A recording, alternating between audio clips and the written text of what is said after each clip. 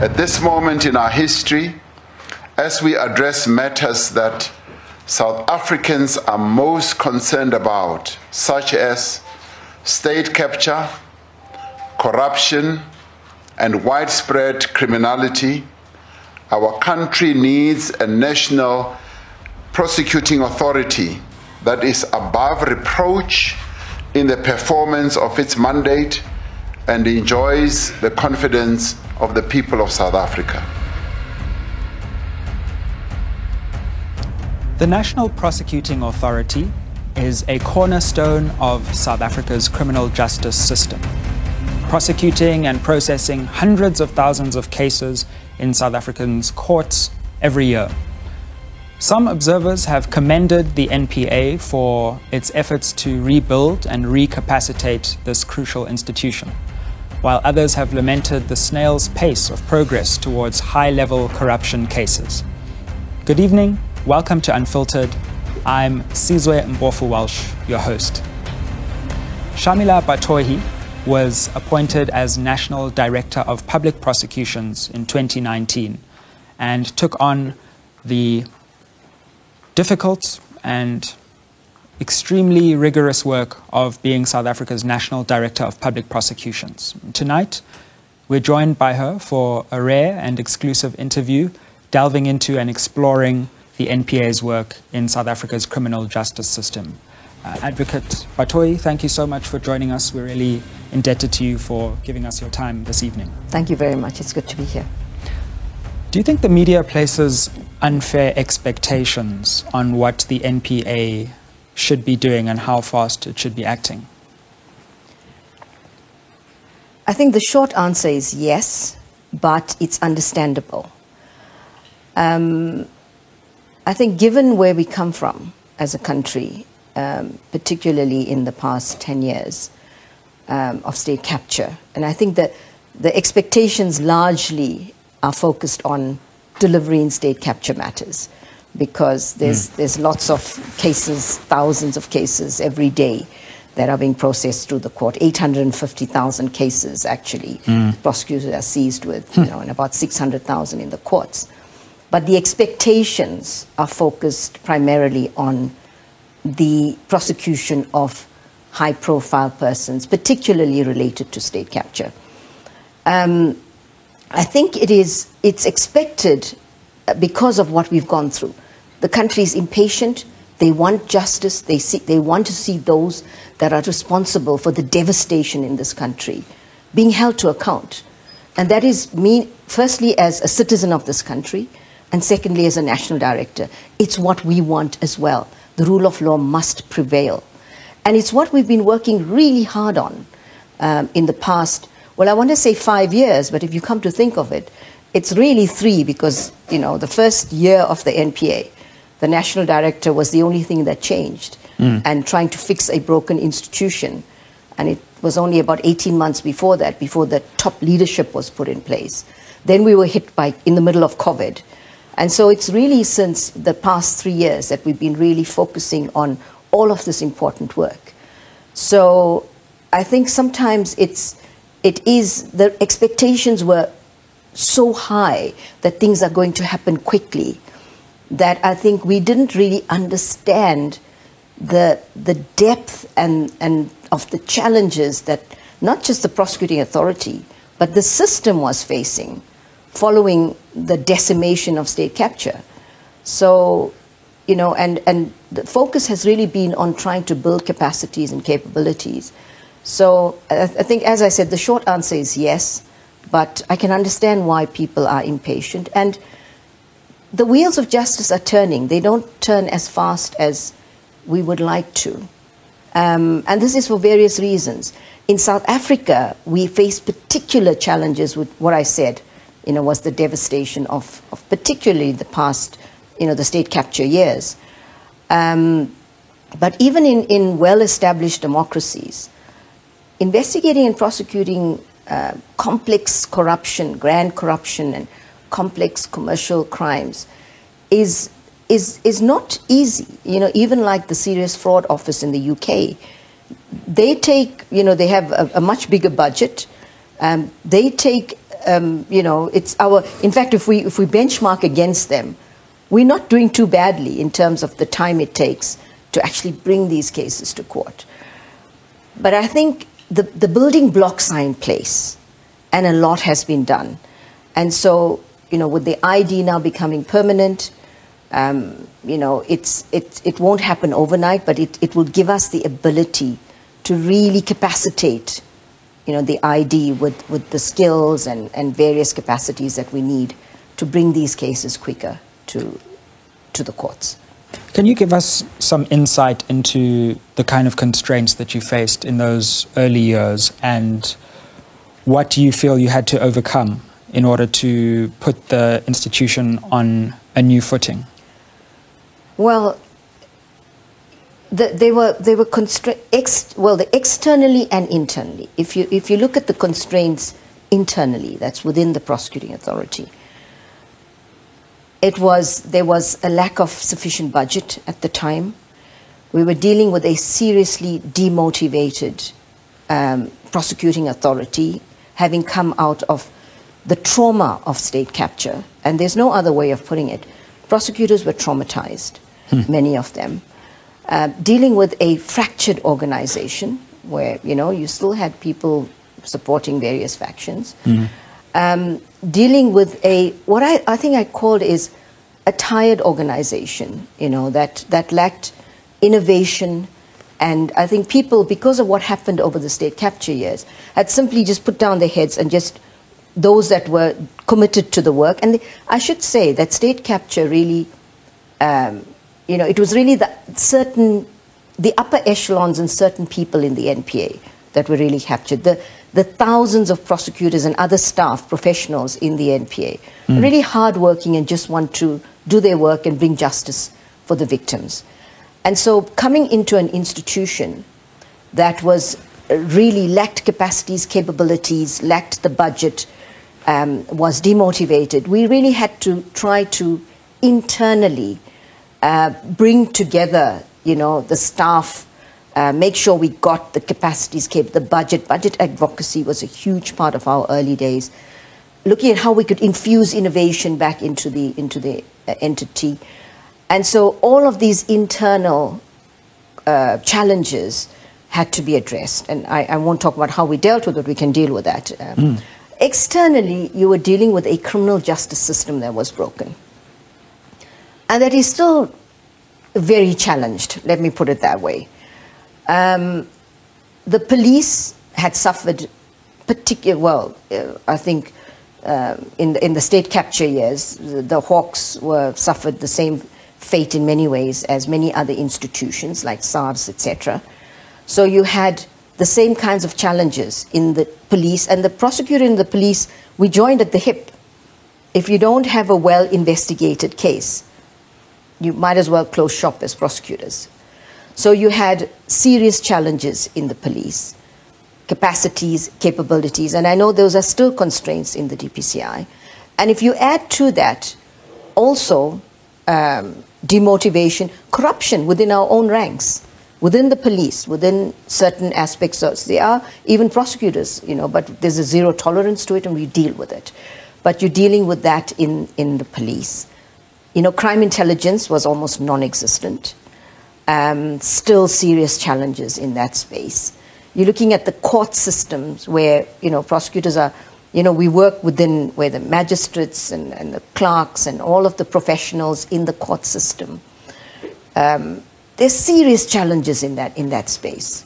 So we need to look at how could we as the NPA influence externally so that we can help to build the system, because having a well-functioning NPA within a system around you that's not working is not going to solve the problem.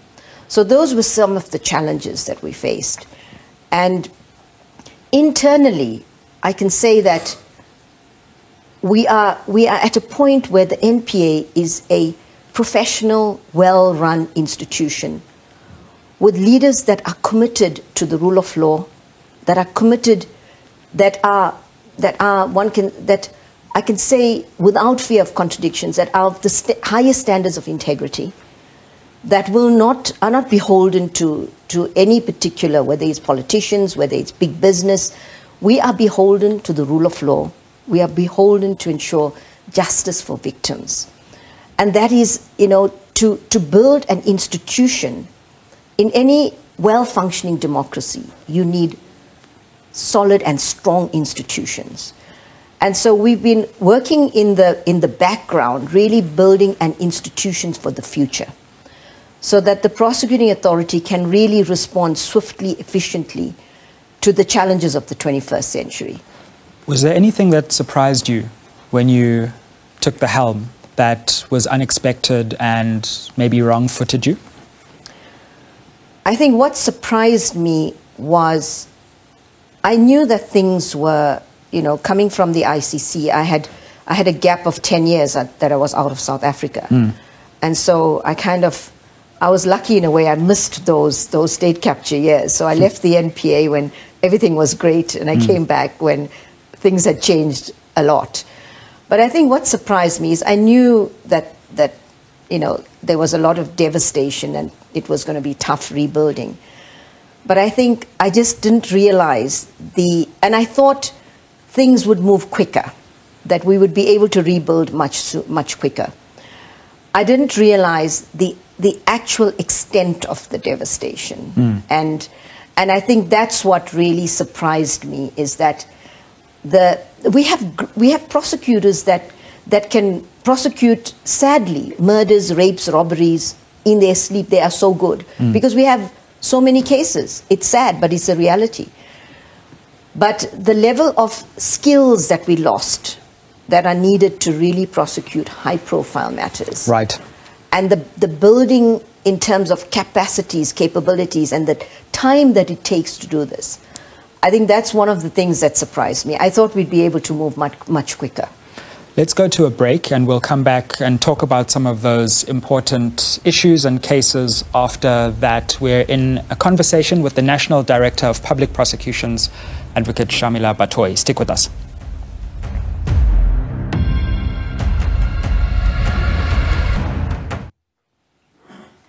Welcome back to Unfiltered. We're in a conversation with the National Director of Public Prosecutions, Advocate Shamila Batohi.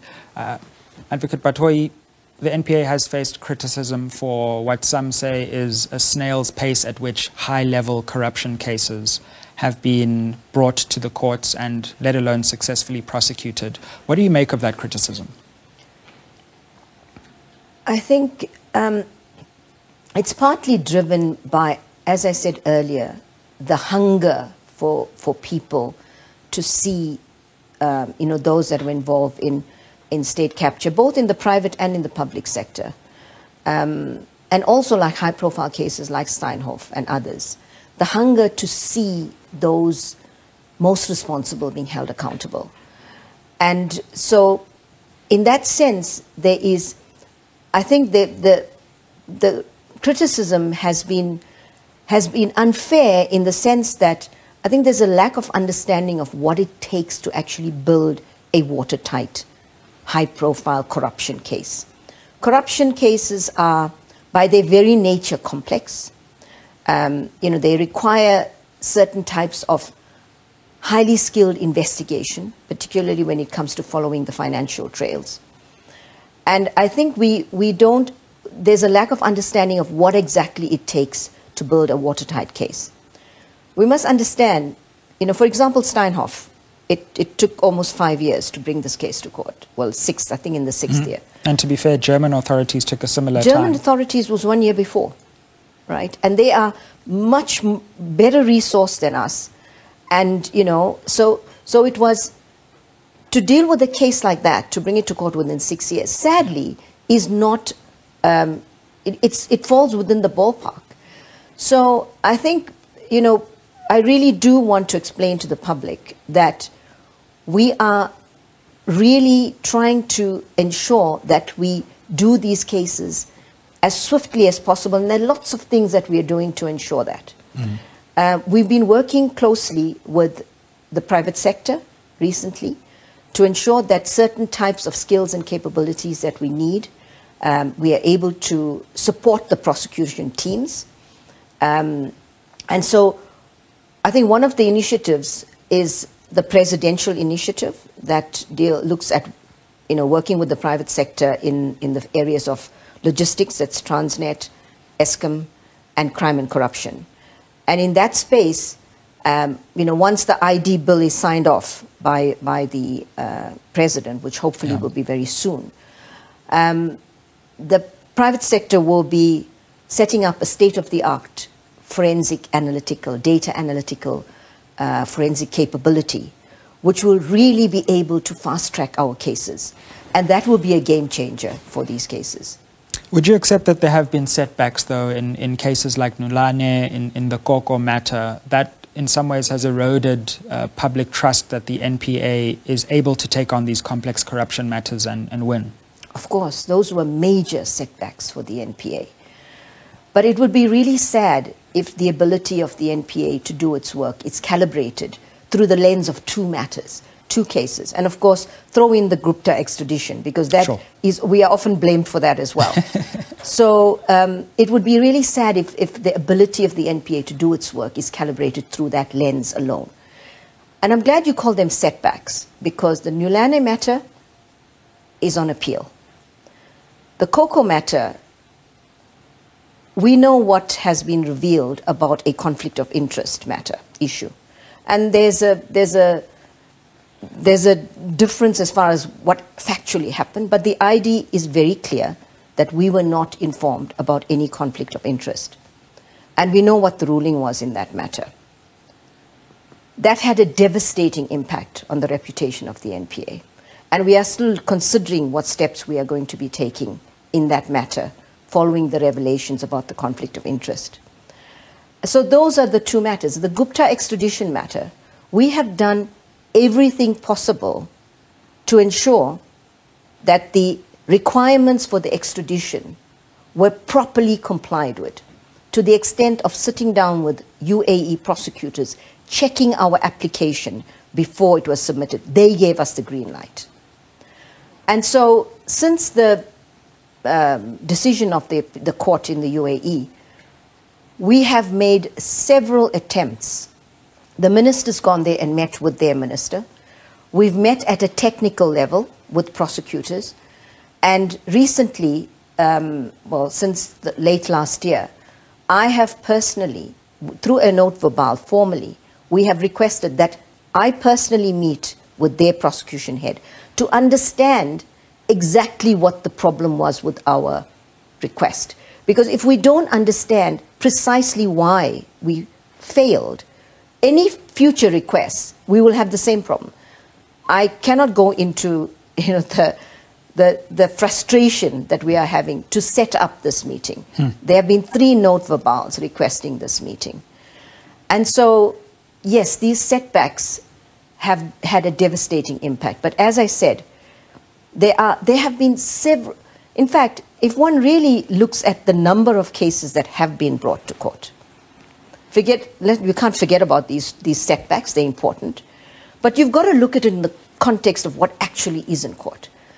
The ID has enrolled 37 matters. They have authorized investigations in about 103 cases. And understanding that they really don't have all of the skills and capacities.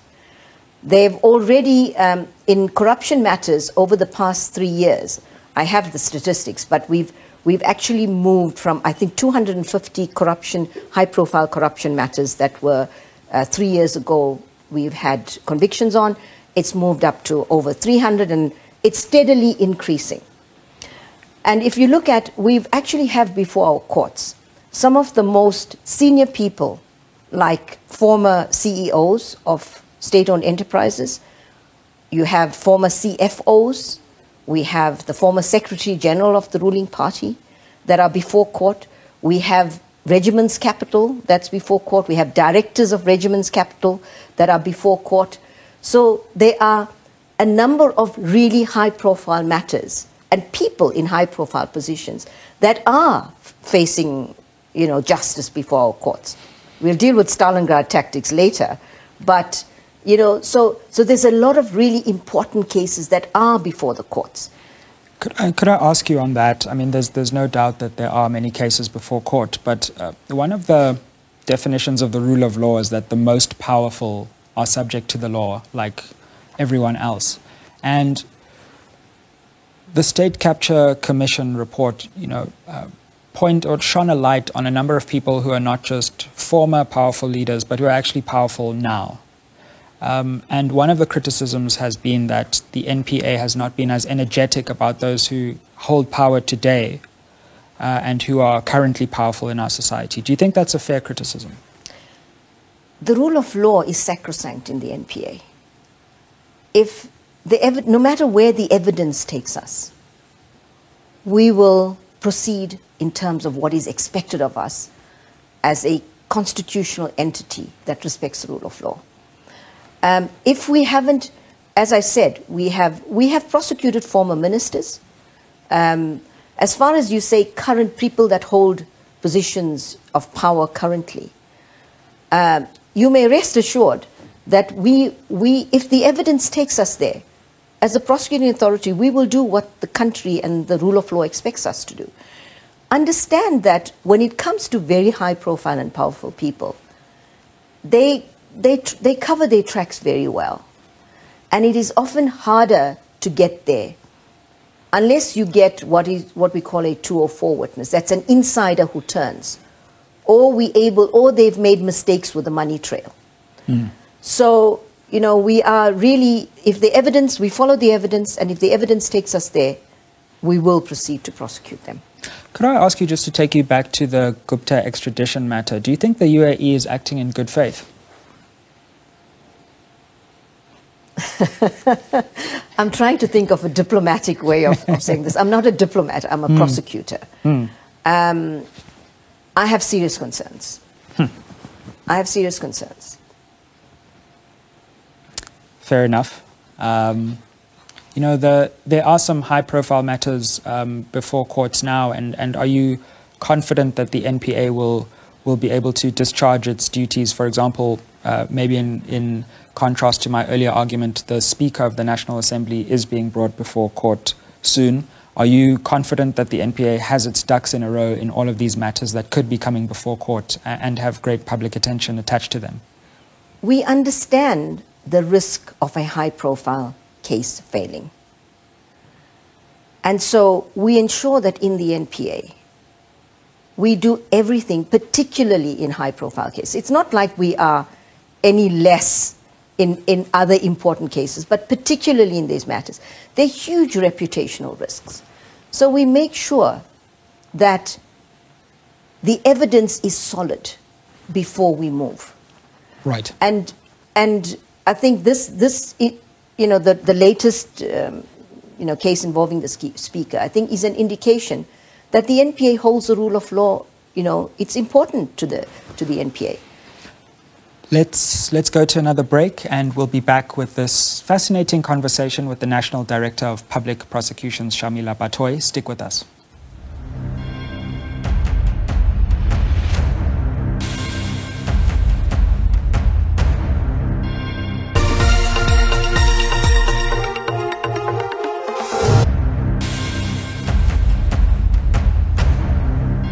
Welcome back to Unfiltered. We're in conversation with the National Director of Public Prosecutions, Shamila Batohi. NDPP, before we went to the break, we were just rounding off this high-profile case of the Speaker, and I just wanted to explore that a little further and to ascertain with you whether you're confident of the NPA's ability to discharge its duties in such a high-profile and publicly important case. I have no doubt about it at all. And what these processes have now, I can't say too much about the matter because it is sub judice, particularly where we are at the moment. But what I can say is that the way things have unfolded in this matter really requires us to rethink how we secure the attendance of suspects in courts in the future. We try to be courteous and do things so that it's less embarrassing to high-profile persons. It doesn't always work. So we will have to rethink how we do this in the future, because the failure to secure the attendance could have a devastating impact on the efficiency of the criminal justice system. But as I said, I don't want to say too much about that because the matter is before court. Well, feel free not to say anything further, but do you think that trying to interdict arrests could set a precedent in high-profile figures trying to postpone their day in court? I think that's the very issue that the court has to decide on. So I have very strong views about that. But I think, as I said, I think that this process means that we need to rethink how we secure the attendance of suspects in court in the future. Another important case of great public importance, of course, is the AKA murder trial. Again, this is somewhere where the NPA will be under the spotlight again. Are you again confident there that all ducks are in a row and that this case will be prosecuted with the due diligence and seriousness?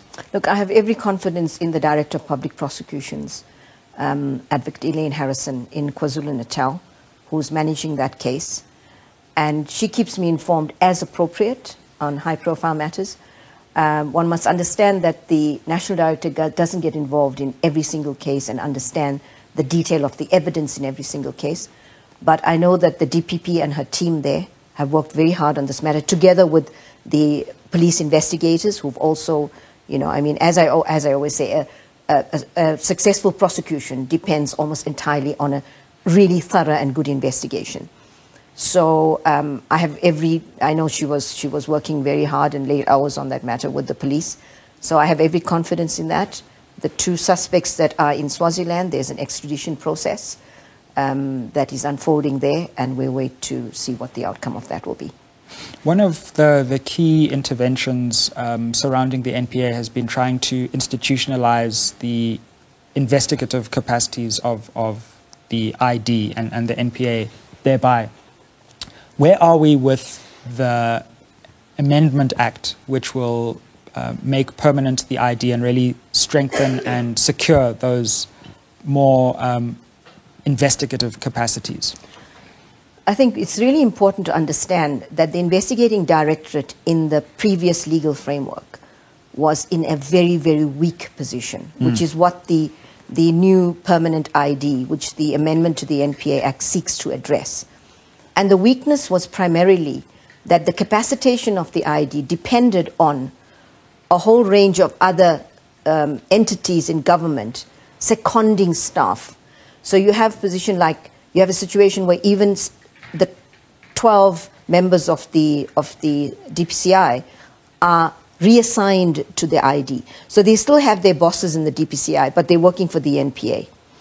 And they didn't have police investigative powers. Not those DPCI investigators were the only ones that had the powers. But other investigators that came into the ID didn't have powers because the Act didn't allow for it. So one of the really important changes with the permanence of the ID is that the NPA will be able to recruit criminal investigators which will have the necessary criminal investigative powers. And that is very significant. Absolutely. And so once that happens, we will be able to recruit the skills, capabilities, capacities we need. But I just want to caution that, in government, we're trying to recruit fast, but, there are processes to be followed. And so we're certainly hope that towards the end of this year, we will have the capacities and capabilities that we need in the ID, together with what I talked about earlier, which is the presidential initiative with business to set up a state-of-the-art data forensic capability, data analytical forensics capability. And because it's being set up by the business outside of the NPA and we will be able to access services, it will be able to be set up very quickly. So those will be potential game changers. So we're certainly hoping that, I'm quite confident that with these changes and developments, they will certainly strengthen monumentally strengthen the fight against corruption. You know, in some ways, the conversation around the NPA only centers on high-level corruption cases, and of course, those are important. But there are other areas of your work that you have prioritized, one being the crucial area of gender-based violence. Of course, our country faces a scourge of femicide, of domestic violence, of sexual violence. Talk us through some of the interventions that you think have been important in prioritizing that crucial area in your work. So, sexual and gender-based violence has always been a priority for the NPA. And, you know, we work, again, very closely with the police because they do all the investigations and, you know, the dockets are then handed over to us. It's you know, the numbers are frightening in terms of the numbers of women and children that are, you know, killed and raped and sexually abused daily.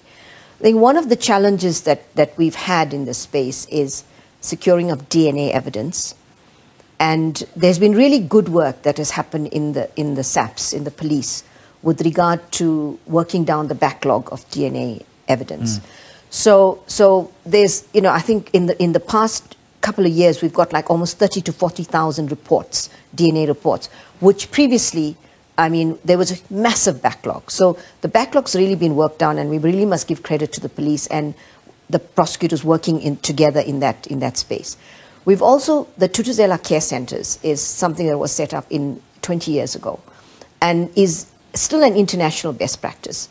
And so what we've done is we've really ramped up our efforts to increase the number of Thuthuzela Care Centers, as well as to refurbish those that required maintenance, which had really fallen, you know, behind because of, you know, budgetary and other issues. And working with the public sector again, the private sector again here, working with many the mining sector, working with entities like Vodacom, with SPAR, we are actually, we've increased the footprint. You know, now there are 63 Thuthuzela Care Centers, so from 55 about 3 years ago. We just launched one a couple of weeks ago in Cradock. And so these are one-stop centers for women, particularly women, not necessarily, women and children, who are victims of, it started off with sexual abuse, but we find that we're getting a lot of domestic violence matters coming to these centers. We are able to actually, mental health issues, people are coming to these centers. So we're finding that what started off as primarily something for sexual and gender-based violence is expanding. But we're really expanding the footprint there and working hard with SAPS. But still, there are challenges because although we have good conviction rates, that relates to cases that come to court. The detection rate is still, there's still under 10% of these victims actually get justice at the end of the day. And we have to really look at what is that gap? Why are we still not able to increase that percentage? The NPA has also taken the question of TRC prosecutions seriously. And in some ways, you've been put in a difficult position because these are cases that are sometimes 40 years old, 30 years old. I wonder what accounts for the delay in these questions. I mean, everyone appreciates the horrors and the tyranny of apartheid, and yet somehow democratic South Africa has failed to really hold to justice some of the worst apartheid crimes. The TRC cases has a long and very sad history. And, you know, when I took office in 2019, there was no dedicated capacity to deal with, a very small capacity in the NPA of 2 or 3 people to deal with the TRC cases. And the same was in the police. And so together with General Lebeya and the DPCI and myself, we have actually set up a dedicated component of dedicated prosecutors and investigators around the country. We've sat down, we've identified all the TRC cases that need investigations, prosecutions, particularly deaths in detention. And the challenges with this is, these are old cases, as you said. Yeah. It's difficult. Witnesses have passed away. Suspects are passing away. People's ability to recollect. And remember, the security branch didn't keep records of these things. And if they did, they were destroyed. And so you really, very often, you are depending on oral evidence of people. There's no documentary evidence to support this. And so this has really created lots of challenges in trying to deal with these matters. But there are a number of matters that have been enrolled. We have reopened a number of inquests that are now before courts. We are engaging with the victims and families. It's a really important part of this to keep them informed of progress and what's happening so that they understand if there are delays, even though they might not agree, but they understand why there are those delays. We're in conversation with the National Director of Public Prosecutions, Sharmila Batohi. We've discussed high-profile corruption cases and also other questions that confront the NPA. As we round off this conversation, we'll ask some further questions about the future and what has been the most challenging aspect of being the National Director of Public Prosecutions. Stay with us.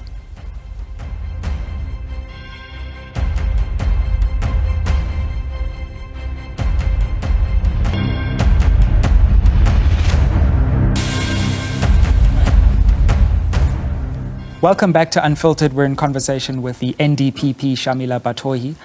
Advocate Batohi, budget cuts, are looming over many institutions across the state, and in Parliament you have been very clear that cuts to the NPA budget could seriously hamper your efforts, not only to tackle corruption but crime more widely. Are you worried about the fiscal environment and a potential reduction in funds towards the NPA at this crucial moment? We are very worried about the fiscal environment. And as I said, potential cuts would be devastating. We are not in the best position, but let's just say we are in a slightly better position than other government departments. We've got some funding that's really important, but it still means we are still looking at critical positions. We can't fill all the vacancies that we have. So it's not the best scenario, but it's better than some of the others. And so, I want to make the point that government has been supportive. The minister has been very supportive, even the Minister of Finance, in terms of trying to make sure that the NPA has what it needs. But we're never going to have everything that we need. And that is why our partnerships with the business sector, provided that we jealously guard our independence in that process, is so important to plug those gaps, because we're never going to be able to afford those very expensive skills that is required to actually prosecute particularly high-level corruption cases. So those partnerships are very important. So it's not the best, but we are trying to make do with what we have, but working with the private sector as well. Stability in leadership in the institution has been a real problem before your arrival. Will you stay on for the maximum time that you can stay on, or will you or have you thought of cutting short your time at the NPA? I believe the maximum time you could stay on would be 7 years. I have every intention of completing the maximum time I can. This is my purpose in life. It's the reason why I came back to South Africa, is to really help to fight the good fight. So if I don't complete my term, there's nothing more important to me right now than really trying to help fix the National Prosecuting Authority, rebuild the criminal justice system.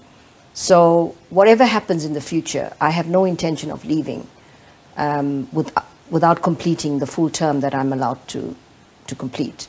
This is, absolutely, I think, the best job in the world. It's hugely challenging. It's difficult. It's very often, people don't appreciate and recognize what happens behind the scenes. But for us, building a capable and solid NPA that will really support and serve nobody but the people of this country the way it should, there's no greater purpose, really. So for us, whatever happens, this is my purpose. So what am I going to do if I'm not doing this work? I don't intend to go anywhere. Really, we will complete the job. I have a great team. No one person can do anything on their own. I have a great leadership team. And you talked about stability. We have stability in, when I arrived, there was, I think, 6 of the 10 directors of public prosecutions who head up in the regions were acting, and they are all permanently appointed. And I have every confidence in the DPPs, in the senior leadership. So the NPA is on solid ground. What's been the most challenging and the most rewarding part of the last 5 or so years? I think the most challenging has been really bringing the sufficient number of high-profile corruption cases to court quickly. And I say sufficient number because there are a number of them before the courts. I think that has been the most challenging, and we have focused a lot of our efforts to do that. I think what has been the most rewarding is really to be able to be part of a process to rebuild a critical institution in our constitutional democracy from a point of devastation. And I think that for the NPA leadership team and for me personally is what is the most rewarding and important aspect of our work. To really leave to this country, when we do leave, an NPA that, you know, we may not have achieved all of those big high-profile cases. I'm hoping that in the remaining time there will be many more cases that will come to court, but that people will have confidence in an NPA that serves only the people of this country and nobody else. Having looked at the criminal justice system from your vantage point, what do you think is one thing in the future that we need to prioritize that can unlock a more dynamic and more efficient fight against crime and corruption? I think one of the big challenges that we're facing moving forward is organized crime. That is a major challenge in our country. And I think the ability to get the capacities, capabilities, strategies needed to deal effectively with organized crime is a big challenge facing us now. Cybercrime, huge challenges in that space. But also just in the functioning of the court systems. You know, we really need to ensure that, you know, the court processes, you know, our court buildings where people come to receive the services, that there's efficiency and effectiveness in those systems. Like, you know, looking at technology, our integrated justice system processes, these need to move much quicker. So there's a lot of work that needs to be done to ensure that, you know, the victims of crime do get the service that they deserve when they come to the criminal justice system. But there's a lot of work that needs to be done there. What kind of legacy would you like to have left at the NPA after the 7 years that you can serve? I would like to leave an NPA that is one that is highly professional, highly independent, one that serves with humility and in the best interests of the people, one that has the capabilities and capacities to deal with the challenges of the 21st century, one that is truly independent. And so one of the issues right now is moving forward to really try working with the Department of Justice to really amend the NPA Act so that the financial and operational independence of the NPA, which has been something that's been on the table for 20 years. Many NDPPs and ministers have grappled with this. So I certainly hope that by the end of our term, we're able to have an NPA that legislation has changed to give it the financial and operational independence that it needs, so that the accounting officer of the NPA is not the Director General of Justice, because that really hampers efficiency, effectiveness, and in many ways undermines the authority of a national director and a constitutional entity. So I certainly hope that when we leave, we will be able to leave a solid, independent, well-capacitated, fit-for-purpose NPA that serves the people of this country the way it should, and without being beholden to anybody else. Advocate Sharmila Batohi, thank you so much for joining us on Unfiltered. Thank you very much. It's been a pleasure being here. And thank you so much for joining us on Unfiltered. It's with a note of sadness that I bid you farewell, as this will be my final show on Unfiltered and at the public broadcaster. We have laughed, we have cried, we have held our breath on the roller coaster that is South African politics. And I thank you so much for the support for this show and for all of our work here at Unfiltered. Let's continue this conversation, of course, on social media at Unfiltered SABC. And thank you for joining us on this final installment of Unfiltered News, Unfiltered Views, and Unfiltered Conversations. Have a good night.